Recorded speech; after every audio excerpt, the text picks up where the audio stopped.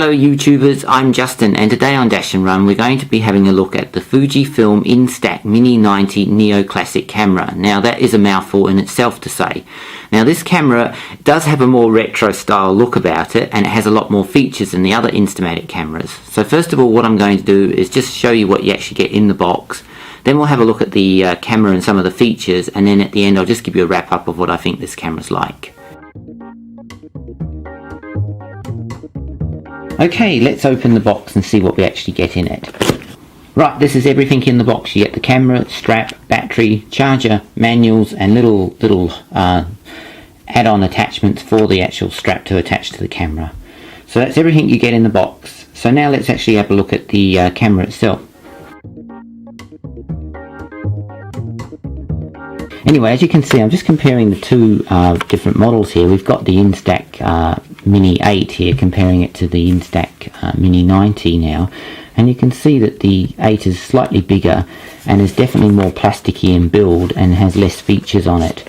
And this is very nice. It's very much like a sort of almost leathery feel, and it definitely has a much more retro-y, nicer look than the other fella.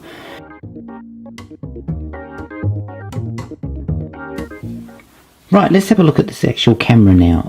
We'll load up the battery first into this unit. As you can see, it goes like so. So we'll put the battery in, and then we'll load the film into this camera too. So it should open up like so. And as you can see, you've got the film canister here now, and if you match in with the dots, it should all just load in like so. And when I close this, it should actually shoot out the blank which is covering the film.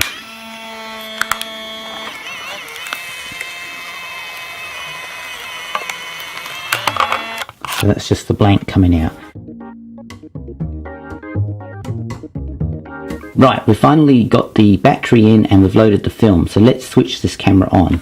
So as you can see, it's got an electronic aperture that closes and opens when you switch the power on and off, which is a nice feature that you didn't have on the more basic Instamatic cameras.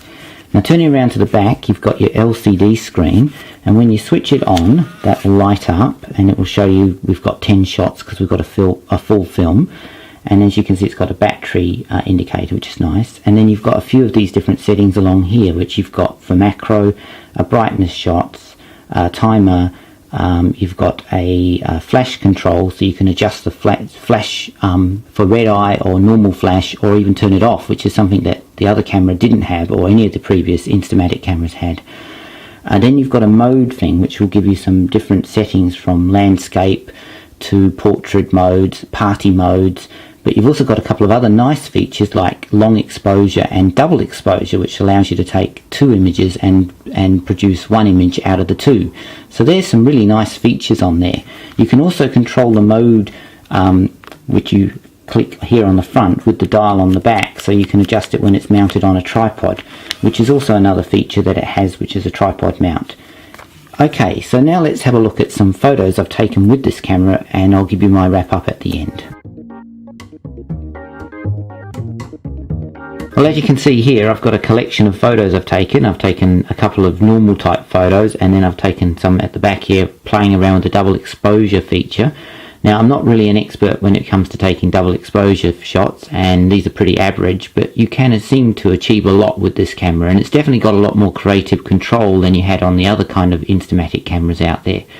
So just for the fact that it has some creative features makes it a much more interesting camera to play with anyway. Anyway, there's a bit of a quick look at the Fujifilm Instax Mini 90 Neo Classic with the retro style look. And yes, it's a much better camera than the previous Mini 8 here in my hands at the moment.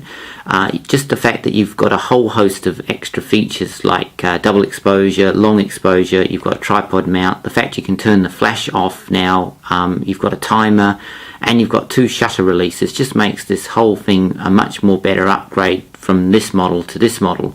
Yes, you're paying more for it, but just for the fact that you get all those extra features makes it worth it. So I can highly recommend this camera. Anyway, as always, I hope this video has been of some interest to someone. Thanks for watching, and please subscribe to my channel.